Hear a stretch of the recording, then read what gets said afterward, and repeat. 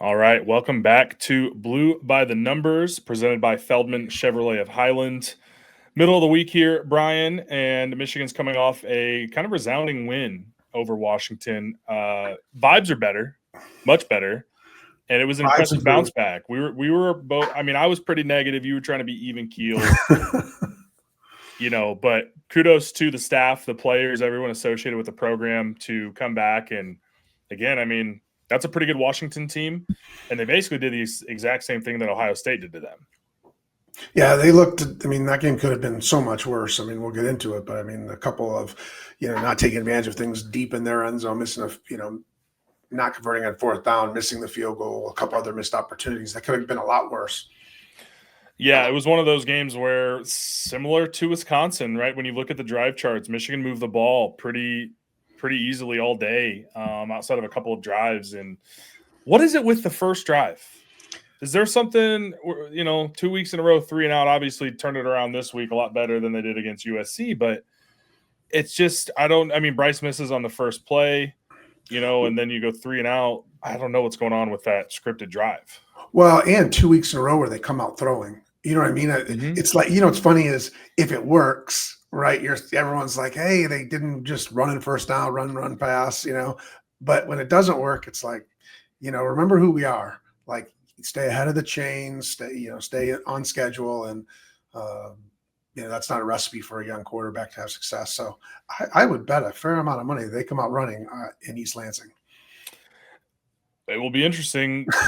Their defense is not very good. Yeah. And I think especially against the pass. So we're going to see how they try to counteract Michigan, who's been pretty balanced for most of the year.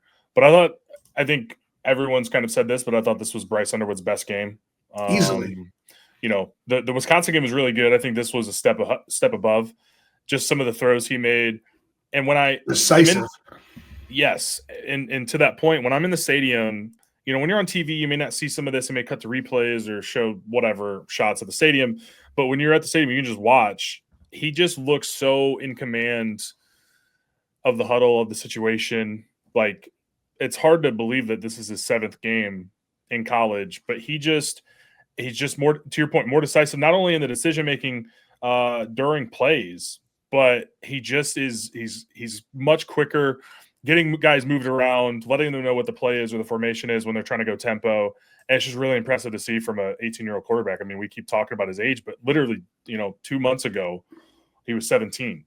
Like, this kid is just different. And no doubt. And I think, I thought Chip Lindsey called a heck of a game. I thought, anyone that's watched our shows this year, I've been every week been saying we need to get the tight ends more involved. We need to get the tight ends more involved. So no one was more pleased to see the tight ends get involved this week. Shout out to Chip Lindsey because we've had so many moving parts on offense. Who's reliable at the skill positions? Who's healthy? To kind of put a game plan together that can work with all the different moving parts there.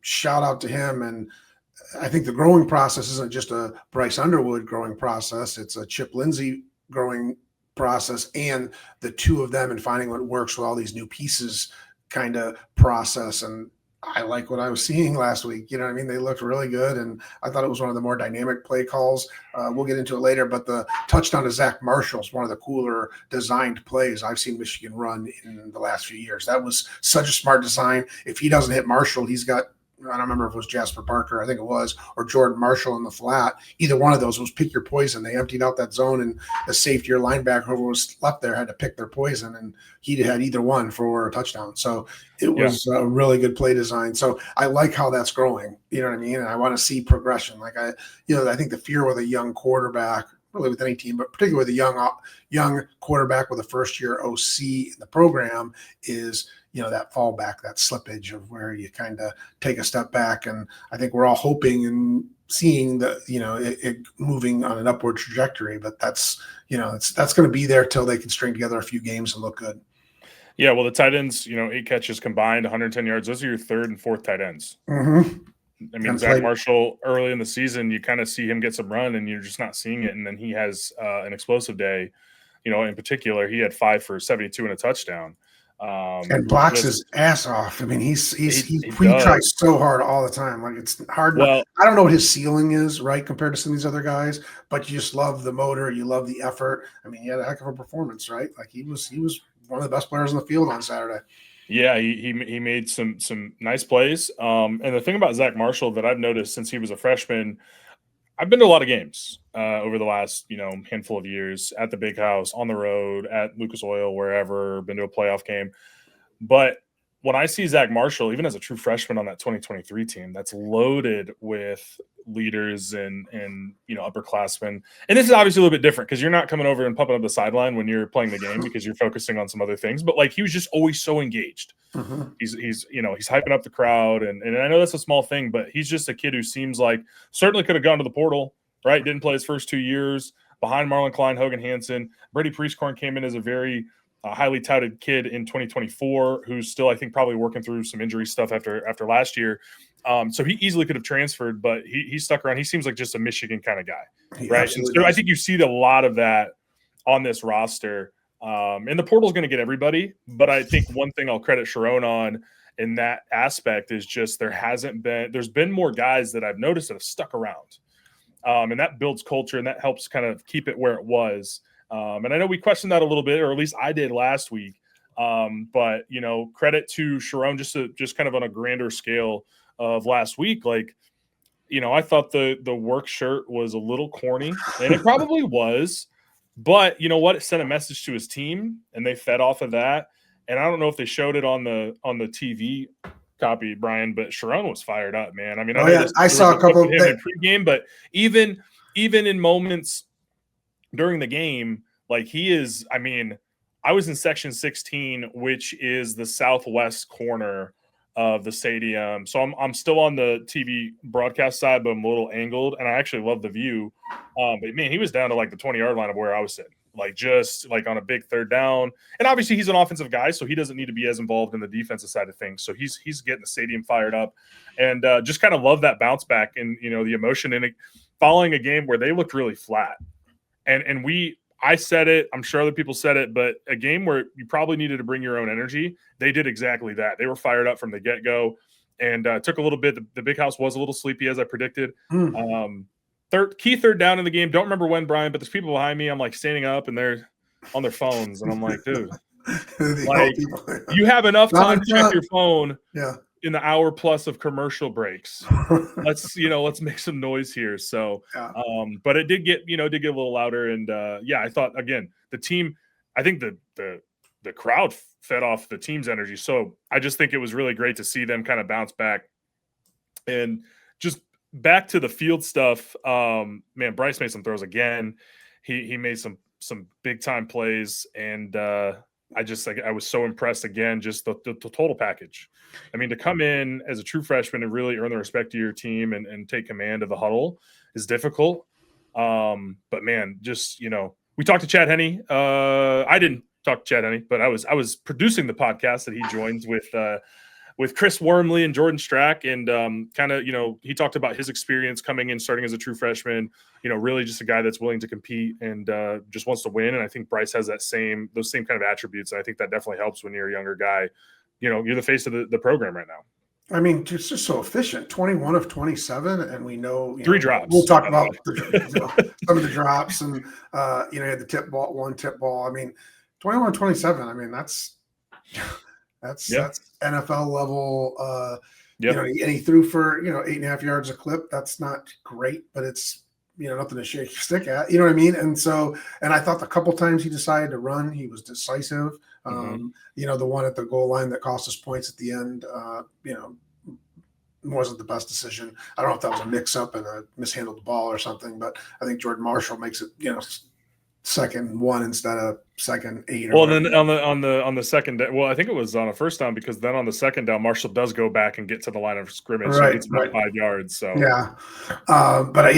Bryce looked really, really good. I mean, again, like I was saying a little bit earlier, is you hope that trajectory keeps going up, because the needle's pointed way up. He looks so good, so composed, so decisive, accurate. I mean, all the things you want to describe a quarterback with. And again, he always looks composed. He never looks rattled. He never looks, never looks like we have alignment issues. It never looks like we have problems getting up the ball and getting a playoff. Like all those things matter. And, he's been, everything that we hope for. If the team was a little bit better, he'd be getting more national praise. But he keeps getting better, and I really hope that we over these next. The schedule sets up, in theory, for him to really kind of hone in things and have some monster performances and get some guys some rest these next few weeks. Whether it plays out that way and the team keeps ascending and improving, that's what we all hope for. But yeah, he's been fantastic. So far to watch. Yeah, it's going to be interesting because on the road, I mean, it's not like he's been horrible, but there have been struggles. Definitely. Just if you look at the road splits versus the home splits, I mean, it's been, but their toughest games have been on the road. That's right? True. Against Oklahoma, against USC. So, and the USC game, this game was really an inverse of that because Michigan had the ball for 38 minutes. Mm-hmm. They really dominated time of possession. And to your point about one thing I wanted to say on his yards per attempt, like I think in the context of what this offense is right now, it's actually pretty good, right? Like you want to be at like 10 yards an attempt. That's a pretty good level. I think JJ was maybe at 11, but in terms of what they're asking him to do, they're not really taking any deep shots. Like they're not going down the field. And I actually think that's going to be a good thing for his development because defenses in college specifically, and Wink finally came around on this again for like the third time. We've gone back and forth between 50% blitz and now just kind of sitting back. But in college, you really want to make a college quarterback beat you down the field consistently multiple times a game, right? Like you want to force him into mistakes. That's what Michigan did this game. And Damon Williams threw 3 picks. So him, learning to be able to go down the field and have to put together, 8, 10, 12 play drives to score, I think it's going to be good for his development because hopefully his sophomore, junior year, there are the big play threats in the receiver room that you are able to kind of open it up, take some shots that'll open everything else. So, but yeah, I thought Bryce was great. Jordan Marshall, again, not really a breakout game from Jordan Marshall because we've seen it as the feature back in the bowl game, but he was, dude, like how many times did he go down to the first tackle? I don't know if there's a stat. Not often. It might have been, but not often. Yeah, so 25 for $133 and a touchdown. I think was his longest the touchdown run. I mean, that's a really, really consistent day. His longest run of the day was 14 yards. And that was the touchdown. Yeah. Which, to your point about Chip Lindsey, they've done on that. So on that, I want to go back to that touchdown to Zach Marshall. They had run the end around little flip behind Bryce like 3 times and gotten Washington. And so when they showed that again, the entire defense flows left and Zach Marshall's wide open. You've seen Chip kind of play off of things. So Jordan Marshall's touchdown is a trap. And so it's just wide open. And you love to see that from Chip Lindsey. I think things you didn't see last year. They're actually playing off of the things they do well and then get the defense in conflict. And that's how you create busts and that's how you get easy touchdowns. But yeah, long of 14, 25 carries for 133 yards, 5.3 an attempt. That's a pretty efficient day. And I feel like he's the type of runner that needs volume. You know what I'm saying? Like, I feel like they are so different because, Justice Haynes has all these, he's got 275-yard touchdowns, a couple 50-yard touchdowns. He's the explosive guy, but it seems like Marshall, like when he plays gets small amount of snaps and attempts, he doesn't make the impact because he's kind of a plotter, and he's, which is what Michigan's had is the style of running back that Michigan's had. Who's he remind you of? I think he reminds me of De'Veon Smith. Really? I think they're very similar in terms of their output, not necessarily their exact running styles. I think he's got an extra gear compared to De'Veon. Like it's not Haynes level. Yeah, no, it's like 23 Corum. Like it's post injury Corum. Maybe I don't think Blake was as fast later in his career. No, he definitely wasn't. But I'm just saying, I don't think Jordan Marshall's as good as Blake was that year. But I mean, yeah, you see the leg drive though. You see the 2-yard rush turn into 6 or 7. Multiple times he just drove the pile. He had a play where it wasn't as maybe difficult as some of the ones we've seen Blake do, but he gets turned around and he keeps pushing backwards and gets the first down on a 3rd and 2. Like there's aspects of Corum's game, and I think I've read that. I've thought that watching his high school film, it was very Corum-esque.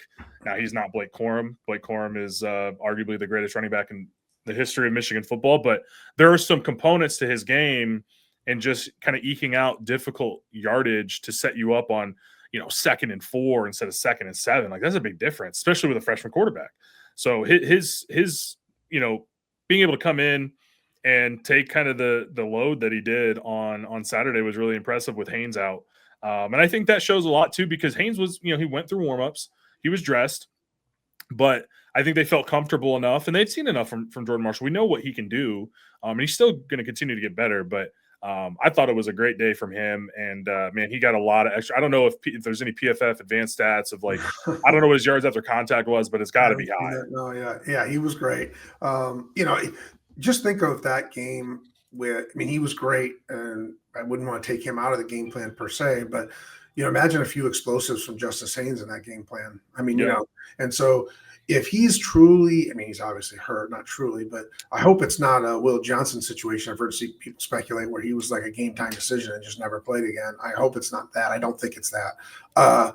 But I hope they get him healthy because he's just such an explosive difference maker. You give him, just a little bit of a crease and he's gone. So, the combination of those two is really good. And I said last week when we were doing this, I said, I don't see Bryson Kuzdal out there getting those second string snaps. If this happens, I want to see Jasper Parker. And the little bit we got from him, 6 carries, he looked solid. He got those carries late in games that everyone on the field knows they're running, churning out the clock. So you're not looking to get big explosives there. I think he did get an earful. The one opportunity he had on third, the drive where they were at the end of the game, he runs the sideline and runs out of bounds. And head ball coach gave him a whole lot of grief. Like, hey, buddy, you're not in there to run out of bounds. One, from a clock management standpoint, plus it's third down. You put your head down and try to get every inch to get there, because if he gets a little closer, maybe they go for it. They probably don't go for it just because of like sort of the ethics of coaches, that late in the game, in a game that's already over. But he looks good. I like what we have in him. Well, just looking ahead, I don't know if you saw Savion Hyder's stats. 6 touchdowns, like almost 300 yards. So a man amongst boys out there. And Virginia's pretty good football. I don't know much about his school's classification, but future's very bright at the running back room. And even, going back to Jordan Marshall, like, I don't know.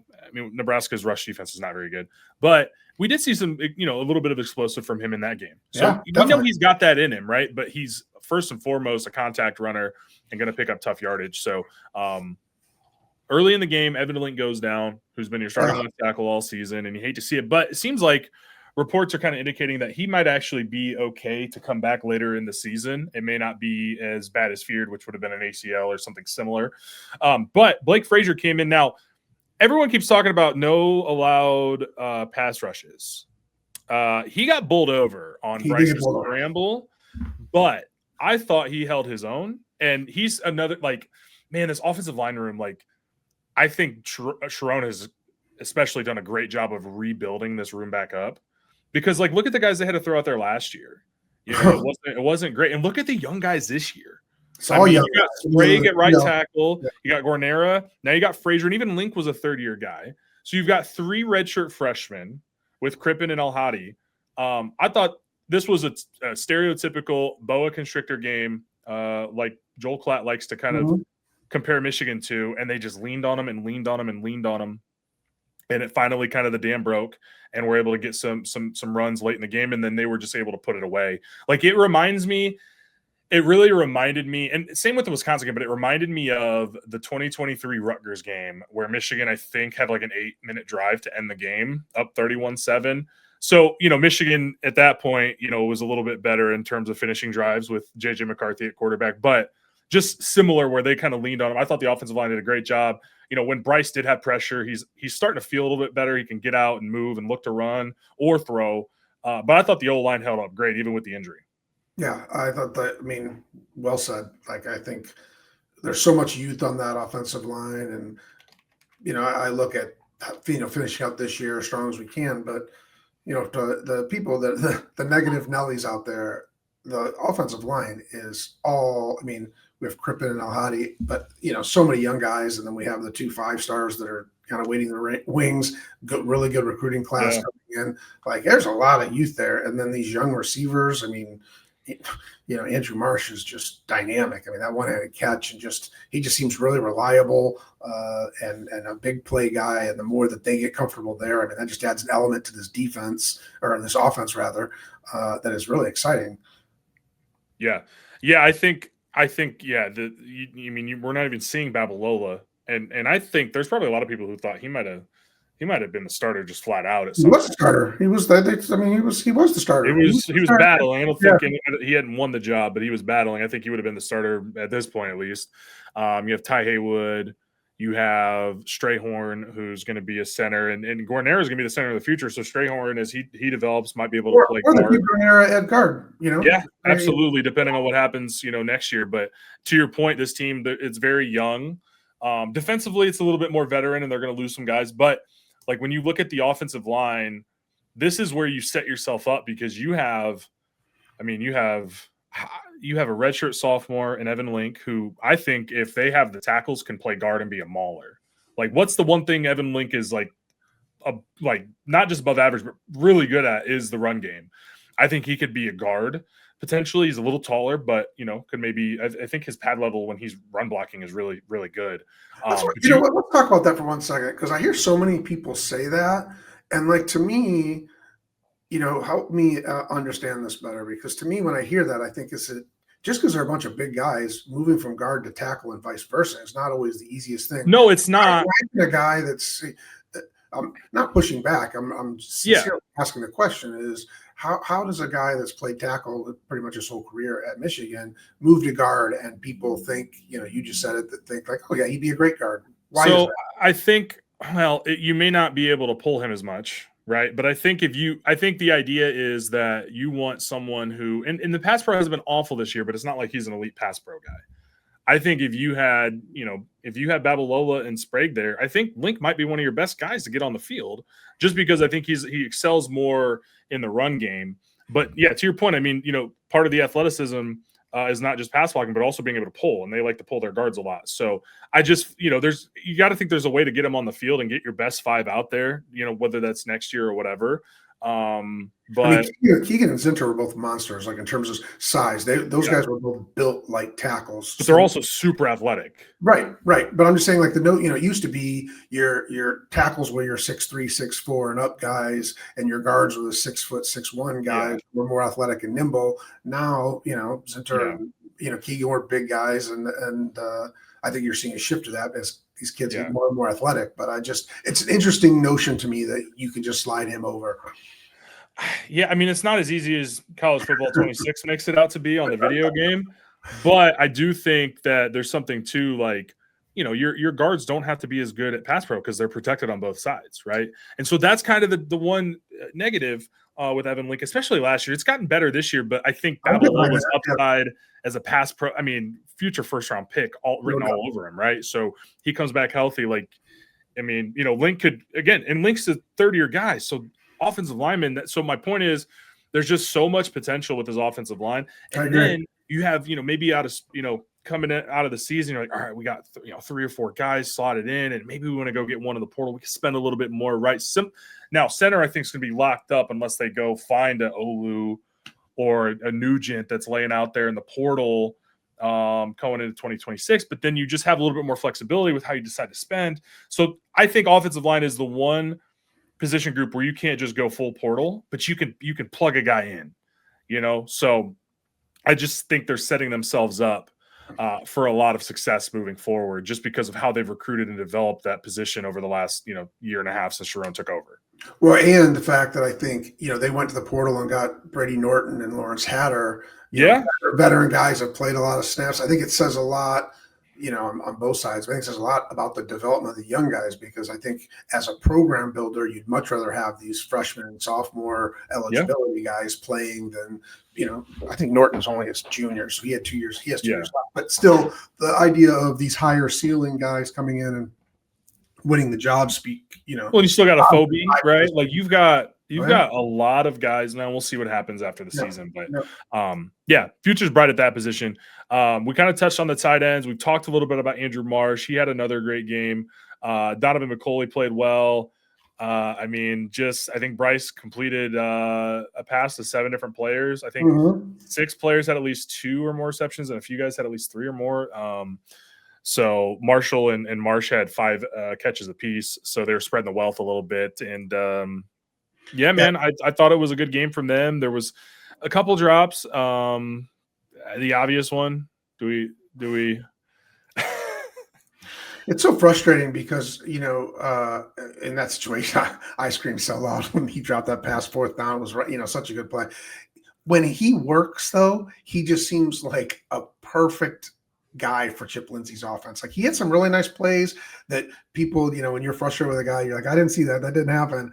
But he had some really nice plays where he thought Well, he made a couple guys miss, got a first down later in the game and he in the third works. quarter.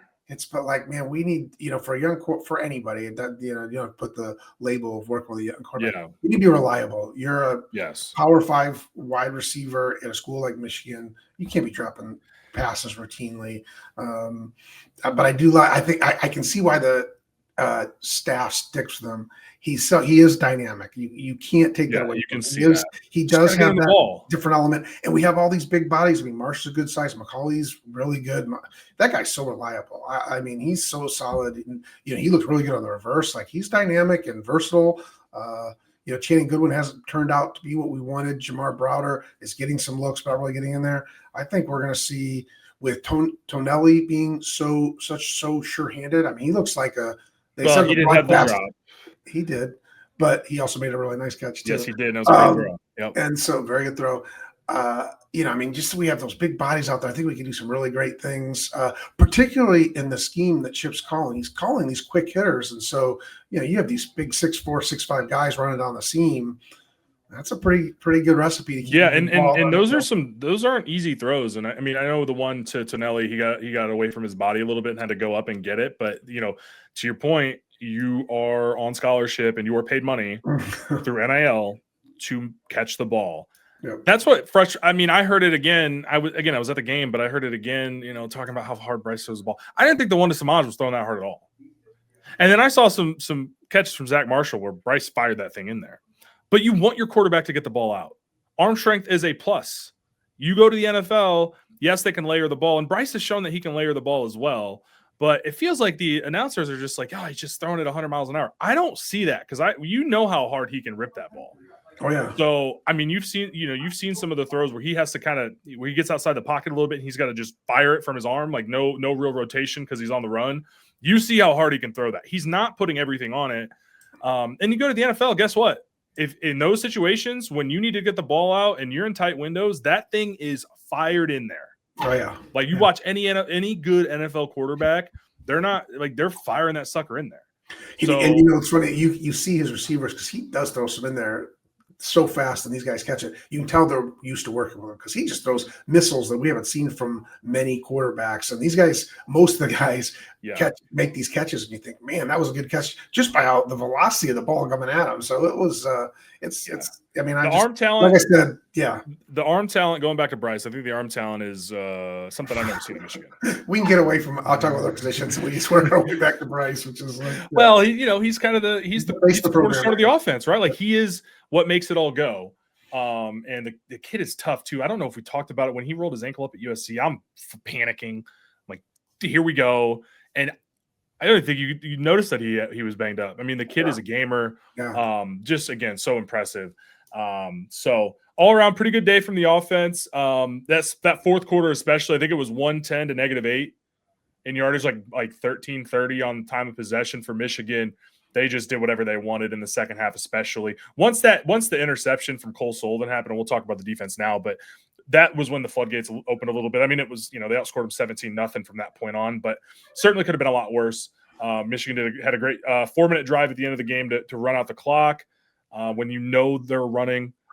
So really impressive all around from Chip Lindsey, his staff, and the players. I think, before we go to the defense, I think one person that deserves a huge shout out. I haven't heard his name much this whole season by anybody anywhere but Steve Kasula, our tight ends coach.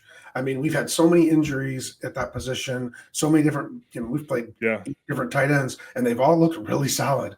And so, sometimes your benefit, you have Colson Loveland on your squad. You think I'm a good tight ends coach. Yeah. We have a variety of different guys that all of the guys are pretty big and athletic, but making it work with all these different guys. Jalen Hoffman, he's starting to play more. He's kind of big number 42 is taking on the Max role. When you watch him out there, he's making a difference. He's hitting people. We've all loved Max, but that guy's he makes plays.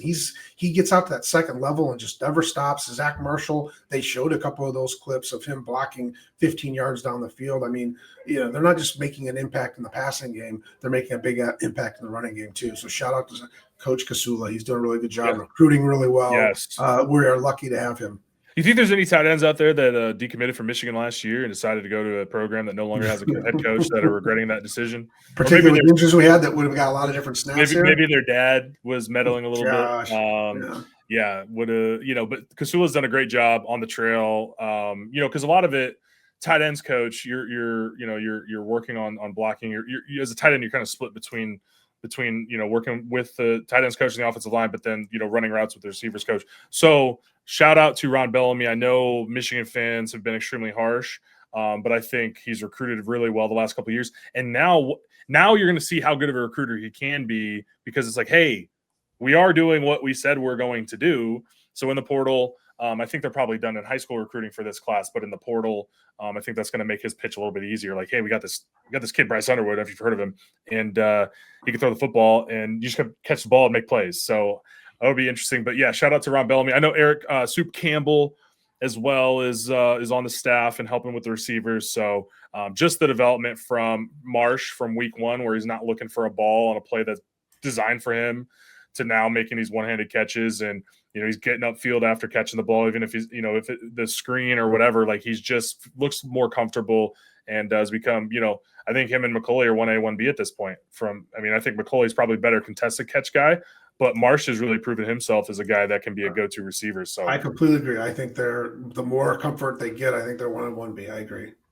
Much like the team we're facing this week and in Michigan State, as much as fans like Nick Marsh, he's dynamic and he's a really good player. Is that Omari Kelly? Am I saying that? I think I'm saying that right, Omari Kelly. He gets just as many looks. He's a really good receiver. I mean, they got a 1-2 punch there that if you look at reps and targets, they're kind of 1A and 1B. So I think that's similar. Yeah. So defensively, pretty dominant. I mean, I was a little, and it's funny. I was a little annoyed at the end of half, because that's the 4th time this season they've given up a touchdown with under 1 minute to go in the half. Happened against Oklahoma, Nebraska with no time left, against USC, and now Washington. But to their credit, to Wink's credit, they were dominant in the second half. I mean, I think they had like 80 some yards in the second half. They had -8 yards. It was the most dominant lopsided box score you could imagine in the second half. Yeah, it was like 22-23 Michigan, right? Like, that's what it looked like. Guys are making plays all over the place. Derek Moore, again, though, man, I think they had 56 offensive snaps. He played 32. That's a better ratio than the USC game, but man, I'd like to get him out there for 6 to 8 more snaps. He just is. I mean, I'm trying to think of who. He's having a Josiah Stewart year, I guess. He was the highest. He was the highest graded PFF player on defense in the country this week. He had a great game. He was all over the place. The snap ratio, we've talked about that a little bit. I think if you watch the tape, again, those last 2 drives, we went youth.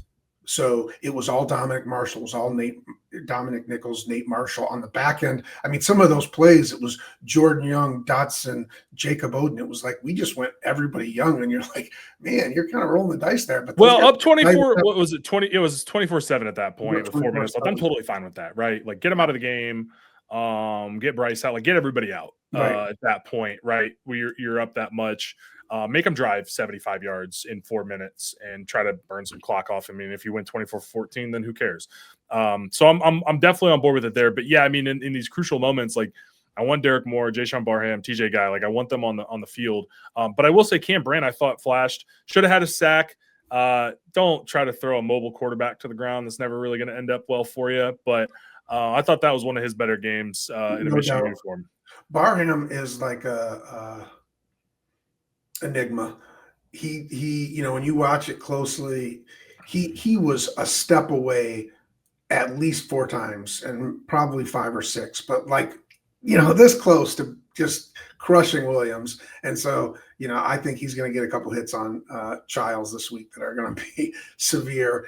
But at the same time, his gap responsibility in the run game, like he just, it's like, and it seemed like he cleaned that up in the second half. I mean, the whole defense seemed to clean up whether it was scheme or just gap responsibility. I don't know what it was. He was much tighter in the second half, but in that first half and the last few games, I mean, these outside runs that when you rewatch, it's like, come on, dude. Like, part of the responsibility of being out there on the edge is getting the quarterback, but also not letting guys get outside you and letting, flowing things back to the defense. And so he gets so consumed with getting after the quarterback that I think he loses. I don't think it's obvious by watching that he gets, kind of discombobulated and not out of place out there. But if he cleans that up, I think this defense's ceiling just continues to rise. But yeah, Derek Moore played his best game as a Wolverine, I thought.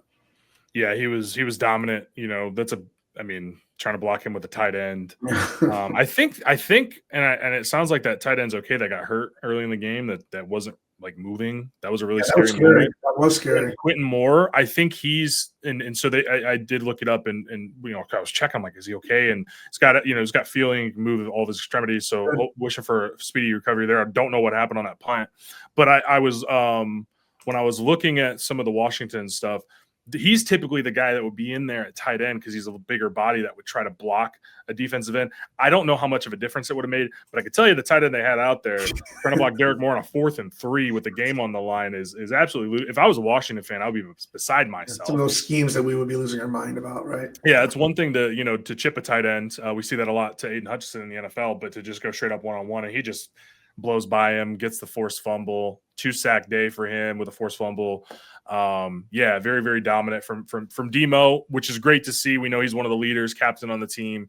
So I was really impressed with Derek Moore and, kind of what you expected when he came into Michigan. He's had a lot of flashes, a lot of great plays, been a part of a lot of great teams, made in big moments, has made plays, but really now as a senior kind of coming out. And again, it's similar to Josiah Stewart last year. Similar to, not the same player, but like Mike Morris had a really good year as a senior, like guys that waited their time and played a lot, but now are kind of the main star on the defensive line. He's really making it worthwhile. So great to see from him. I thought the defensive line, again, I would be curious to know like what percentage of Washington's yardage came on like a couple plays, right? They had that deep shot that Zeke Berry got turned around on. Mason Curtis is trailing, and it gets completed. That led to the missed field goal, I believe, on that drive. Yeah. They had, after Derek Moore's first sack, they threw I don't know if you can, it was just a great throw from Damon Williams right before their touchdown. Yeah, half the yards came on 3 plays. Yeah. It was a truly dominant performance, and I think just goes to show where Michigan fans get frustrated about the defenses, because if you just play base defense and blitz, he blitzed 20% of the time this game, and look what happened. You know who I thought had a really good game? It doesn't show up in the box score, it doesn't show up in the PFF grade, but if you watch, I've watched the cut-ups twice now after the game, and almost every big play that we made on defense, who was right there was Enow Etta. Like he, in terms of, I wouldn't pretend to know what the responsibilities of everyone along the front are, but it seemed like, whatever it was, he was doing things to free up the guys to make plays. And so, when they watched the tape as a unit, I'm sure the guys that made the highlight reel all went over and patted him on the back and said, "Thanks for your help, buddy." Because he just kind of ate up space, and he was around a lot of the big plays the defense made. So good for him, because a highly recruited guy that's taking a little bit longer to get on the field, taking a little bit longer to make an impact. So you can't help but root for those guys, because some of those guys just transfer and go somewhere else. He's kind of stuck it out, and he's in year 3. And I thought, he had a really, really nice game. The whole front had a nice push. Jonah Coleman was the number 2 or 3 leading rusher in the Big Ten. And, he had a relatively quiet day. He made more impact on those little screen and slip out passes than he did in the actual run game. What did he have? He had 50 yards rushing, 16 carries, 50 yards, 3.1 yards a carry. And the one touchdown they scored, I'm sorry, but was aided by, TJ Metcalf got turned around. He was going to tackle, and defender grabbed him by the shoulder pads, turned him around like 270, and they Yeah. didn't call it. It's like, oh my gosh. But Well, the play before Jay Sean got held, oh my gosh, going to the pylon. right. So I mean, it So, was just whatever. I mean, I'm not a conspiracy theorist, but man, it's a little lopsided these days. I wonder if there's someone from an organization that doesn't like Michigan right now. Was it Parker Fleming or one of those stats guys that are on Twitter that put out just, as a data guy I love? It showed a graph. It was a bar graph left to right of penalty yards and teams helped with penalties, hurts. And Michigan was as far, I think there was one other team as far to the right, which is not where you want to be in this graph of any team in the country. It is weird, right? Like a team with a pretty good pass rush, right? Some good pass rushers. You don't get many holds. The first hold of the season called against Michigan's opponents came against USC. We're like halfway through the year. Like it just is a little weird, man. I don't know. Like against Nebraska, you have 7 sacks. There's not one hold. I mean, that's a good barometer. Like you're getting after the quarterback. You're bringing it. You think an offensive lineman is going to just not try to hold and get away with it? Like So wouldn't blame if they did. It's an interesting talking point. But you know what? Another guy that I thought had a really good game, Jimmy Rolder. Well, you're not the guy I thought you were going to say, but he did have another good game. Well, you talked about guys who could have left. Oh, right? Absolutely. Yeah. Right. Same with Ike. He only has 10 snaps, but like you just look all over this. And there's some guys they brought in, some transfers they brought in, but there's so many guys that have been here for so long, guys that have been on the 23 national championship team and just, seeing them get to play and play at a high level. I thought Jimmy had a great bounce back after the USC game and that might've been scheme stuff, right? As harsh as we've been on Wink, that may not have been Jimmy Rolder's fault because he played well this game. Ernest Hausman had a really good game. He made some big time individual plays. That tackle for loss on that option play that Devon Williams had pulled. I mean, that was open. Like they had one defender to the left side and there was a receiver out there and he makes a great play. I think he tackled him by his shirt. You were at the game, so you didn't see this, and I don't know if anyone listening caught this, but Gus Johnson was on the call and he called him a couple of times Ernie Hausman. I read all kinds of stuff about this program. I've never heard anyone on the team call him Ernie, and Gus referred to it like it was his name a couple of times. And I thought, or it wasn't Gus? Who was the Joel? Yeah, Joel and Gus. Yeah, okay. It was Gus. Called him Ernie Hausman a couple of times. I was like, maybe that's what his teammates call him. I don't know. There's friends. Maybe him and Gus are really tight. Gus is a Detroit guy. He's a Michigan guy. Even though people think he hates Michigan, he does not, guys. Yeah. He probably overcorrects.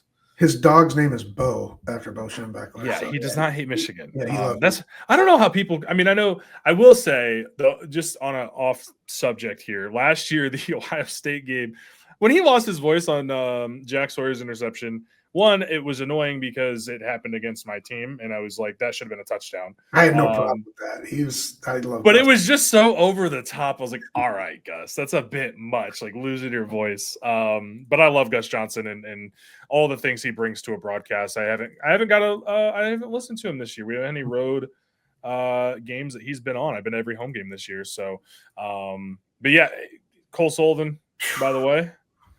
I mean. Lead the conference in interceptions? I mean, he's just a big play waiting to happen. He has so much range. I mean, he's playing behind two very veteran guys and still making a huge impact. I mean, he played half the snaps that Rolder and Hausman made. And you think about impact, and we've already said that Hausman and Rolder played good games. But you think of impact playing half the amount of snaps that those two guys played. Yeah. I mean, he just shows up, and that's been the case all season. I mean, it seems like we have a Cole Sullivan highlight. Was he got 4 interceptions this year? He's got a couple sacks. Yeah. Is it 3? Yeah. Okay. It's 3. Okay. He just makes big plays, and I mean, he's got star written all over him. I said it last week. I think he needs to put on about 15 pounds to really be a every down linebacker. But and he still, some of the run fits, he sometimes gets the wrong spots, but just a big play guy. I mean, have we heard anything about Hausman? Is his injury? Because, he missed the last part of that game with the injury. It looked kind of serious. No, I think I saw that it wasn't that serious. I don't remember. But does that mean not serious? He's back in a couple of weeks or he's going to play? I was happy to see him standing on the sidelines. Like so many times, because it looked like initially like, oh boy, he's done for the season. I'm like, he's done for the season. It looked bad. I do not know. I haven't heard anything. Maybe it was on 247 that he's gonna be okay, but I don't want to speak out of turn. So I don't know exactly where I read it. I don't want to give out premium information on our podcast, obviously. But I'm hoping he's gonna be okay. I mean, he walked off like Yeah. he was just kind of more pissed, I think, than anything. So, he's gonna want to play in this game Saturday. So, but yeah, I mean, secondary. I thought it's interesting to look at the grading because I mean, Jair had the drop pick, but like Man. I know he wanted that one back. He was pissed at himself, but that would have been a touchdown. But I don't remember him ever really getting targeted at all. And Zeke Berry also had some really great PBUs, and they both come in at a 65 now. That's above average for PFF, so it's Right. not a bad grading by any stretch. But I thought they played really well. You know what's interesting though, and I'll let you talk about the cornerbacks if you want, but just looking at safety, I didn't realize Jaden Mangum played 43 snaps. He's played a bunch. Last week he played. He didn't He play. graded it as almost 69. Like had a good grading from PFF. Yeah, I don't remember him, and that's for safety. I'm cool with not remembering safeties. Yeah, right, for sure. Yeah, I did not see him out there that much. Yeah, I was so surprised that he was, played more snaps than most of the guys in the team. Like he played a bunch, and like you said, I did not see him out there more than a few times. I have to imagine, they're going to give him a lot of opportunity this week against his old squad. But I think the secondary is improving, right? And they're getting the young guys out there. Shamari Earls and Jaden Sanders both play. That's the future at the position for us, and they both were out there playing a bunch of snaps and looking good. Elijah Dotson is a dynamic athlete. Jordan Young, some of the young guys are getting on there. Jacob Oden gets the luckiest interception in the history of Michigan football. Good for him. But it was like that was when I knew it was time to go. Yeah, I'd seen all that I was going to see that day, Brian. Right. I saw that, and I said, you know what? I'm going to get on out of here because there was about 3 minutes left, and it was about to start raining. I was like, that's my cue. But that was maybe the funniest thing because it was the same exact scenario as the completion they had in the first quarter. And what's Desmond? What's Boston. the receiver? Denzel Boston. Yeah. Denzel Boston. I thought it might have been the other guy. Did they have a receiver named Desmond Roebuck? Is that a They real do. name? They do. Okay, No, I think it was that- him. I don't know who caught the one, but this one, it was the same thing. Like the secondary got lost. The ball kind of just dropped down, and in the first quarter they made the play. This time, just goes right through his hands, and Jacob Oden just got the, go play the lottery, buddy. Yeah. Yeah, it was great. And what's interesting is we played a game against one of the better offenses in the Big Ten without either starting safety. Neither one of the guys were on the injury report. Rod Moore and Brandon Hillman, our two starting safeties, not on the injury report, neither dressed. So, there's a lot of speculation about why that might be out there, but hopefully that's all resolved and we get those guys back because they're both. Well, was it precautionary for a guy like Rod Moore to play against Michigan State one last time, right? Like something, because the way the schedule sets up, Michigan State this Saturday, you got Purdue at home, which is a night game, and then you go into a bye week, and then you play a Northwestern team who is surprisingly 5-2. Okay. They're scrappy. I mean, I can't say a lot of them, but they're scrappy. Yeah. Well, and David Braun, when he took over, they had a really scrappy year, and then last year was rough, but they're kind of back on track of being that scrappy Northwestern we know and I wouldn't say love because they've gotten Michigan a couple times, in the late 90s, but back to a team that can be competitive at least with kind of the mid pack of the Big Ten, and then so that's at Wrigley, which we'll be there. We'll be doing some stuff. We'll be talking about that leading into it. Very excited. Brian, this will be my second time at Wrigley. Never seen a baseball game there. I've seen a concert. I've been to a Michigan game. Never will have seen a baseball game yet. I got to make that a priority. But they go to Maryland. So you have two games, a bye week. Quarterbacks in Maryland. Yeah, two of the best freshman quarterbacks in the country. So you wish you could get that USC one back. Still frustrating, but you're talking about going into the Ohio State game 9-2 in the 12-team playoff era. Now, when Michigan multiple times has gone in, during the Jim Harbaugh era, had went in either 10-1 or 9-2 into that game, and now you still have a chance if you can get through these next four, stay healthy, continue to improve, continue to grow, get more snaps for the younger guys. They're going to be more prepared because they're going to have a full season under their belt come November 29th, right? Oh, yeah. Bryce Hunter was essentially a sophomore at that point in terms of games played. So you go into that game, we'll see what happens. But I think this thing kind of works out. And, obviously these guys all want to play against Michigan State. But, you get to the bye week, get some guys healthy, get through the Purdue game. Purdue's probably the worst team in the Big Ten. I don't think that's really because the other teams – pretty bad. Wisconsin. Penn State. Penn State's down there now. They've probably been a little unlucky. I mean, they've obviously fired their coach, but they've lost games by combined they went out to Eugene where they lose by 4 at Oregon. Well, it was at home, but they lost in overtime. So yeah, man, it's they're a little unlucky, but either way, this sets up really nicely for Michigan, and we're gonna see, man. It's gonna be a fun one Saturday. And another night game. That's the 4th straight night game in the series. We play Purdue. I mean, this season, I can't remember ever. And I've been a fan for a long time. This many night games. So they play New Mexico, Oklahoma, USC, Michigan State, Purdue. Washington was at noon. Yeah, Washington's noon kick. Michigan State, Purdue. Yeah, that's 5. At least right now. I think it's done though, because after I don't know when that kicks in, but teams can decline to play at night. So in November. So but yeah, man, it's gonna be a fun one. I want to give a big shout out to Feldman Chevrolet of Highland. They had the 2500 Silverado High Country out of the tailgate. Sticker was 67, but compared to some of the other, the Suburbans and such they bring, I mean, it was pretty nice. It was fully loaded with everything except for leather seats. And it was a beautiful pewter color, lifted. I'm okay, Brian. I'm not, interest rates are terrible right now. I'm not, but go, need a new vehicle, go to Feldman. I'm sure they can hook it up with the financing. I don't want to speak for them, obviously. And then a big shout out to Woodson Whiskey as well. Did a couple shot skis. Night game coming up now. Night games are a little bit of a pain in the ass, Brian, but when you do the tailgate, you're not up at 6 a.m, so you get to sleep in a little bit. You're a little more revitalized, and you get to hang out with your friends for longer before the game. I feel like for me, I think State fans are the most, what was it, 2 years ago when Barnett was, the interim, so that game they were, hopeful because they had a new interim coach. I can't remember a time in recent years that Michigan State's been this apathetic. Now, obviously, the fringe that every fan base has been probably toxic out there. I haven't seen much of it, but I feel like this could be one of those games where there's a lot of Michigan fans in that stadium. I mean, there's always going to be because it's 34 miles. 2023 was amazing. Yeah, so I have to imagine that a lot of Michigan State fans are selling their tickets. So it'll be kind of a pseudo home game. We'll see. Yeah, I mean, MSU. This game always scares me. By the way, it does.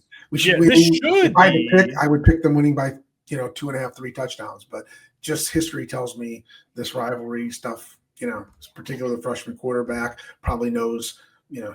Everybody he knows will be at that game. He probably knows half the guys on their sideline. There's just some goofy things happen. Yep, night games, Halloween time. So we're gonna see, but should be a fun one on Saturday night. I look forward to talking to you next week to recap that game. And got any parting words? No, just excited for hopefully we're talking about raising Paul Bunyan and, a healthy, really good, what we talked about earlier is Chip Lindsey and Bryce kind of continuing to find their groove. Yeah. That's what I'm hoping for, but should be a great weekend. Fall football in Michigan is all you can ever ask for. Absolutely. Well, thank you again to Feldman Chevrolet of Highland, to Woodson Whiskey. You got to try the Amazing Blitz. It's very good. But for us, you can follow us on Twitter, Facebook, Instagram, Blue by 90. Check us out on blueby90.com, and all podcasts are on YouTube, Apple, Spotify under Blue by 90. We appreciate you. Go Blue. Go Blue.